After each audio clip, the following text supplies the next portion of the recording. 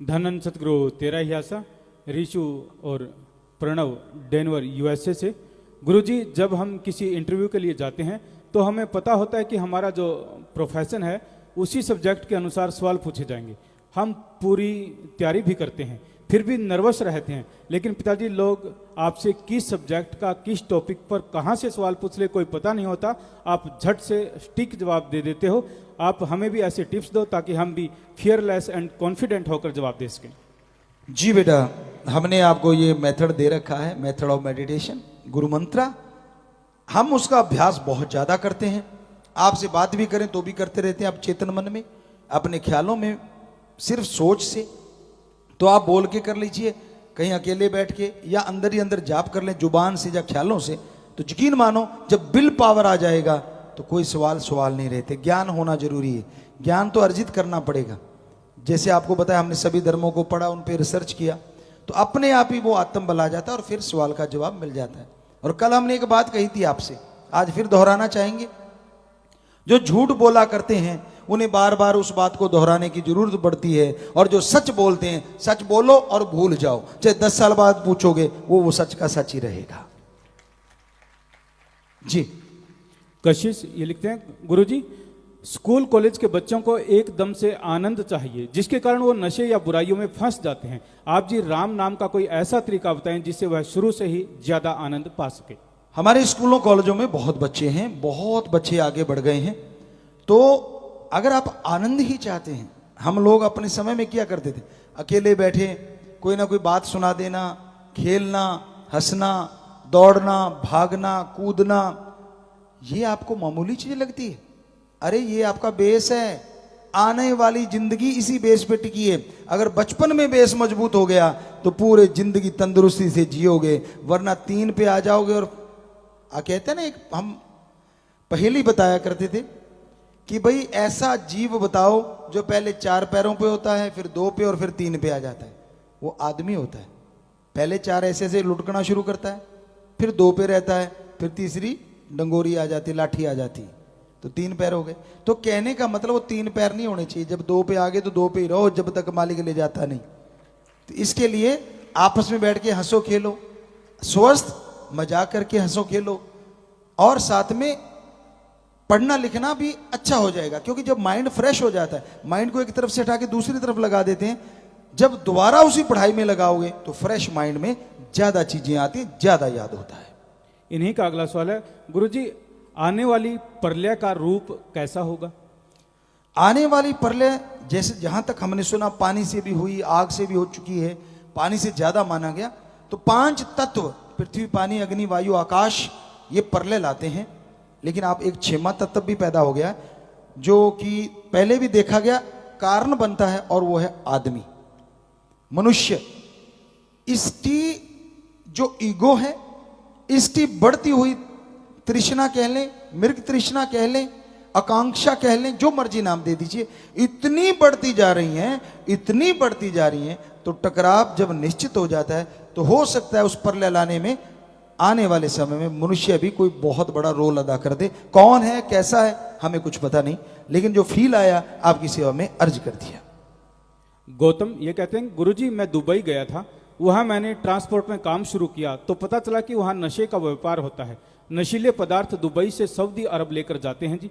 Transport वाले ने बोला कि तुम्हें ज़्यादा पैसे मिलेंगे, तू भी ये नशा तस्करी का ये काम कर ले, पर मैंने आप जी के वचनों पर चलते हुए उसे साफ मना कर दिया। इस चक्कर में मैं वापस इंडिया ही आ गया। शाबाश बेटा, शाबाश, बहुत बड़ी बात है। फिक्र ना कर, भगवान से प्रार्थना करेंगे, भगवान तेरे को अपने काम धंधे में तरक्की दे। राम जी कृपा करने वाले हैं।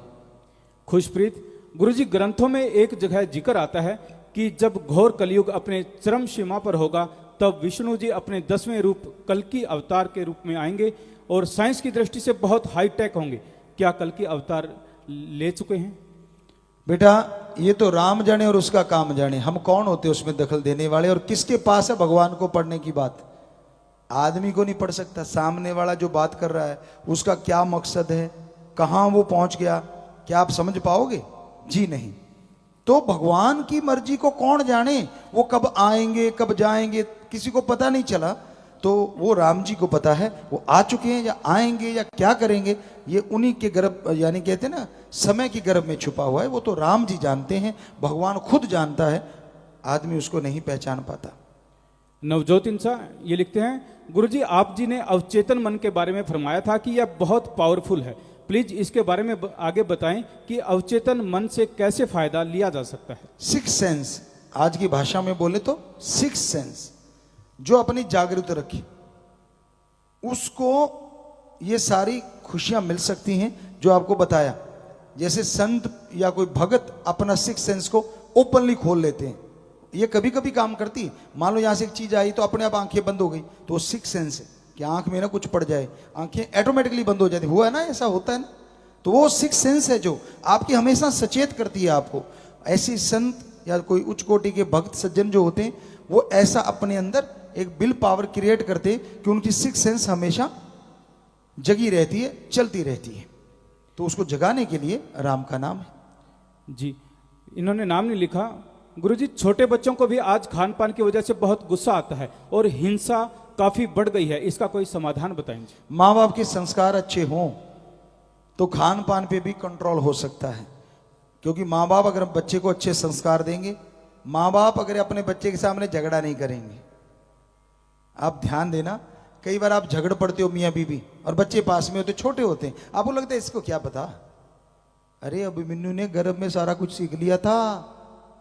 और आज साइंस मानने लगी है कि दिमाग पहले बनता है बच्चे का, फिर बॉडी अपने आप बनती चली जाती है, हमें तो डॉक्टरों ने बताया।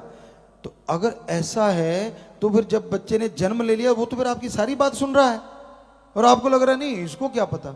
और जब बड़ा होके वो आप वाले रास्ते पे चलता है तब तक आप थोड़े बुजुर्ग हो जाते, मैंने तो कभी ऐसा नहीं किया, ये पता नहीं किस पे गया है, ट्रेनिंग तूने दी है, गया किसी और पे। तू गालियां दिया करता था, जब बेटा झूठ नहीं बोलना, बच्चा कहता अच्छा पापा इतने में फोन आ गया, किसका फोन है, बीबी से पूछता है इशारे में, वो कहती बॉस का, ढक के। पहले दूसरे फोन होते थे, हमने देखा आंखों से, ये बड़ा मोबाइल नहीं, हैंडसेट जो होते थे पुराने मोबाइल जो फोन होते हैं, लैंडलाइन कह लो। तो उसने क्या किया, ऐसे हाथ रख के कहती जी आपके बॉस का फोन है, कहते कह दो वो तो घर पे नहीं है। उसने बोल दिया जी घर पे नहीं है, कहते अच्छा जब आए तो बात कराना, कट गया फोन। आपने तो काम चला लिया झूठ बोल के। वो बच्चा क्या क्या शिक्षा ली उसने कि पापा कहते झूठ नहीं बोलना चाहिए, ये तो ठीक है, पर जब जरूरत पड़े तो ठोक दो, कोई हर्ज भी नहीं है। तो आपने ट्रेनिंग दे रहे हो ना, बाद में कहोगे कैसे संस्कार, तो संस्कार अच्छे दो, खान पान की चीजें अच्छी लेके आओ, ये जो एकदम उत्तेजित करती हैं, ब्लड प्रेशर हाई हो जाता है, उन चीजों से परहेज करो तो जरूर बच्चों का ये गुस्सा शांत हो सकता है। और बच्चा अगर राम नाम में लग जाए, विल पावर आने से भी गुस्सा खत्म हो जाता है। ये लिखते हैं कि गुरुजी हम अच्छा व्यवहार करते हैं, हमारे अच्छे व्यवहार के बावजूद भी कुछ लोगों को समस्याएं आती है, ऐसा क्यों होता है? भलाई करने वाले भलाई किए जा, परवरदिगार मिलेंगे तू, राम रास्ते पे चले जा, राम रास्ते पे चले जा। अगर ऐसे सोचने लग गए तो भाई कुछ नहीं कर पाओगे। कहने वालों की अपनी मर्जी, राम नाम पे चलने वालों की तो एक ही मर्जी होती है, जिस रजा में राम राखे उस रजा में हरि रस चाखे। कि जिस रजा में वो रखना चाहता, रहते हुए अपना काम करते जाओ। मानवता भलाई के करने हैं तो करने हैं, नशा छुड़ाना है तो छुड़ाना है, बुराइयां छुड़ानी है तो छुड़ानी है, बस लगे रहिए। कौन क्या कहता है क्या लेना है, वो जाने, उसका काम जाने। परी और संजू हिसार से ये लिखते हैं कि गुरुजी नाम चर्चा घर में सेवा के दौरान हम जो भोजन करते हैं वो लंगर होता है या फिर साधारण खाना होता है? साधारण खाना नहीं होता, जहाँ राम नाम की चर्चा होती है वहाँ हमेशा उसको लंगर, लंगर का मतलब होता है कि जहाँ भक्ति की भावनाएं शामिल हों उसको लंगर कहा जाता है। तो वहाँ ये बड़ी सत्संग कोई संत पीर फकीर करता है, वो उतना ही पावरफुल जो मस्ताना जी के वचन है वो होते हैं। अदरवाइज लंगर तो लंगर ही होता है, लेकिन फर्क इतना ही होता है कि वो एक नाम चर्चा की गई तो उसका असर उतना, सत्संग हो गई तो वो राम नाम की चर्चा होगी, वहाँ का जो लंगर है वो और ज्यादा फलदायक होता है। अर्श दीपक डबवाली से, गुरुजी एक्सरसाइज करने के लिए खुद को कैसे प्रेरित करें जी, बहुत सालों से आलसीपन ने जकड़ा हुआ है। हाँ बेटा, उठना तो तेरे को पड़ेगा। ऐसे कर, टाइम पीस अलार्म का लगाता है वो अपने चारपाई से 15-20 फुट दूर रख दे, और अलार्म भी कड़ाके वाला होना चाहिए, तो वहां तक उठ के जाएगा, फिर तो है ठीक। और अगर बिस्तर के किनारे है तो ट्रक करके हाथ मारा और फिर खुराटा मारा, फिर मुश्किल है। तो ये छोटी छोटी तरीके हैं कि थोड़ा दूर रखो अलार्म को, उठ के जाना पड़े, उठते ही पानी पियो और पानी को हाथों पे लगा के दोनों आंखों पे लगा लो तो आलस्य उड़ जाएगा, नींद खुल जाएगी। उसके बाद चलना तो आपको पड़ेगा ना बेटा, पड़ोसी आके तो लेके नहीं जाएगा। अब आप फ्रेश हो लिए, थोड़े ठीक हो गए तो फिर घूमिए। यकीन मानिए अर्ली मॉर्निंग, आपको शायद कुछ वीडियो डाली हैं या कुछ डालने वाली, हम रोजाना ही लगभग कई बार आप में बिजी होते हैं, अदरवाइज रोजाना ये रूटीन है हमारी लाइफ का, अर्ली मॉर्निंग उठना ही उठना। हम लगभग 3 बजे 4 बजे उठ ही जाते हैं। 4 बजे इसलिए कहा, कई बार 2-2:30 बजे ही सोते हैं, यहाँ आपकी सेवा में लगे रहते हैं, तो 4 बजे 1.5-2 घंटे मिल जाएं काफ़ी रहता है।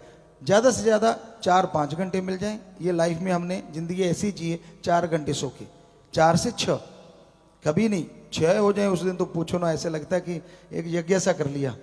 अदरवाइज तो ये आपके सामने है, आप तो देखते हो सेवादार, तो डेली की बात है, कोई नई बात तो है नहीं। तो आप क्या अपने शरीर के लिए एक आधा घंटा भी नहीं निकाल सकते? 21 दिन जैसे तैसे मुश्किल में तंग होके आप एक्सरसाइज करते रहो। 22वें दिन वो 21 दिन की गई एक्सरसाइज आपको सोने नहीं देगी, बेचैनी लगा देगी कि चल उठ उठ उठ, घूमने चल चल चल चल।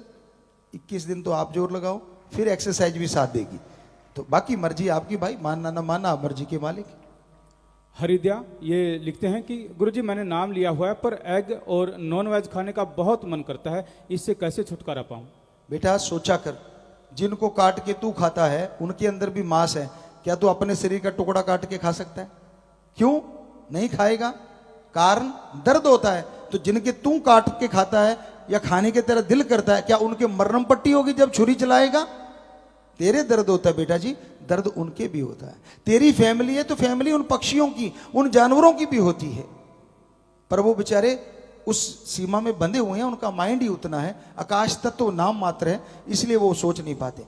तो बेटा ये चीजों को छोड़ो, राम का नाम जप के खाने की बहुत सारी चीजें, सोयाबीन है उस जैसी बन सकती है, अगर आपको ज्यादा ललक है तो उसकी सब्जियां ऐसी ऐसी बन जाती हैं कि आप पहचान ही नहीं पाते। और प्योर वेजिटेरियन का वेजिटेरियन, और साथ में प्रोटीन कई गुना ज्यादा।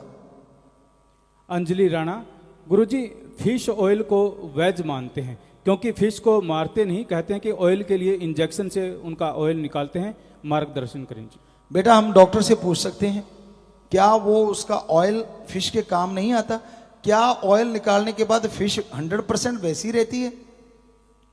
क्योंकि ऐसे तो आप ही ब्लड डोनेट करते हैं। अगर आपका 7वें दिन पूरा हो जाता है तो अगर उस मछली का, फिश का जो ऑयल है, आप कह रहे हो कि वो इंजेक्शन से निकालते, क्योंकि हम इस तह तक पहुंचे नहीं है, इस बारे में प्रयोग नहीं किया। हालांकि हम बहुत विज्ञान को मानते हैं, बहुत सारा नॉलेज है, लेकिन ये चीज हमने प्रैक्टिकली नहीं देखी ना करी। तो कोई भी डॉक्टर साहबान या कोई ऐसा साइंटिस्ट, जैसे न्यूजीलैंड से एक बच्चा हमें बताया करता है, अगर उनके नॉलेज में हो कि वो मछली को 5-7 दिन में वैसी ठीक हो जाती है वो ऑयल लेने के बाद, तो कोई हर्ज नहीं। अगर उस मछली पे उसका विपरीत प्रभाव पड़ रहा है तो फिर आपने बहुत बड़ा गुनाह कर लिया।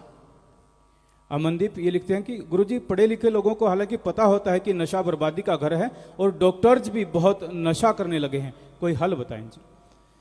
भाई पढ़ लिख गए और फिर कड़ गए तो उसके बाद तो हल तो बड़ा मुश्किल होता है ऐसे लोगों के लिए, क्योंकि वो कह देते हैं हम तो ml थोड़ा छोटा सा पैक मारते हैं रात को सोते टाइम, थोड़ा सा बस 2-3 पैक मारते हैं, इससे आगे नहीं बढ़ते। कोई कहता नहीं हम यार दोस्त बैठ के मारते, कोई कहता नहीं मैं तो घर में अकेला बैठ के पीता हूं। तो बहुत करोड़ों लोगों में हमें जिनका नशा छुड़वाया ऐसे बोलते हैं। और शुरुआत में वो छोटा छोटा पैक मारने वालों के बच्चे भी कहीं ना कहीं सामने तो चुपके शुरू हो जाते हैं। और आप कभी भी देख लो ना, स्पिरिट वगैरह है वो अगर आप पियोगे तो क्या होगा, जख्म को जब इतना जला देता है तो आंतड़ियां तो बहुत नाजुक हैं अंदर, अल्कोहल अंदर जाएगा, ये कैसे पॉसिबल है कि उनको तंदुरुस्त कर देगा? बाकी डॉक्टर साहबानों से पूछेंगे भी हम, यहाँ बैठे होंगे, सेवा पे आते हैं हमेशा, क्योंकि यहाँ बीमारी का इलाज फ्री होता है। तो अगर वाकई अल्कोहल पीने से आंतड़ियों का भला होता है फिर तो बात अलग है, हमारे ख्याल से तो 100% नुकसान ही होता है। तो ये चुपके ये शरेआम छोड़ दो तो अच्छी बात है। धर्म तो कहता है किसी धर्म में जगह ही नहीं है कि किसी भी तरह का नशा नहीं करना चाहिए, हिंदू मुस्लिम सिख ईसाई, ये तो हमने पढ़े। तो भाई नशे बर्बादी का घर है हमारे अकॉर्डिंग, मानो ना मानो वो आपकी मर्जी, आपकी थ्योरियां अलग अलग है। जैसे अभी सोमरस और भी कोई ना नाम रखे होंगे अलग अलग पीने के लिए।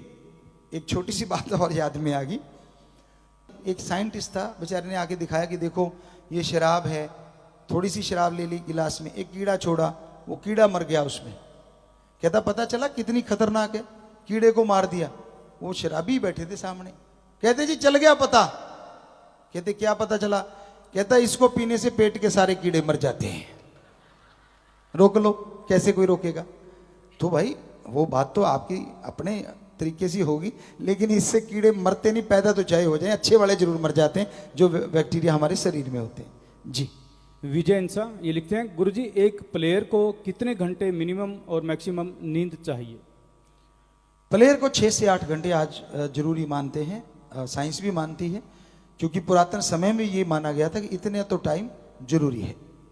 ब्रिज किशोर ये लिखते हैं, गुरुजी कभी कभी इंसान को उसकी इंसानियत ही अगर परेशानी का कारण बन जाए तो क्या करेंगे? आज तक ऐसा कभी नहीं हुआ कि इंसानियत कभी परेशानी का सबब बने।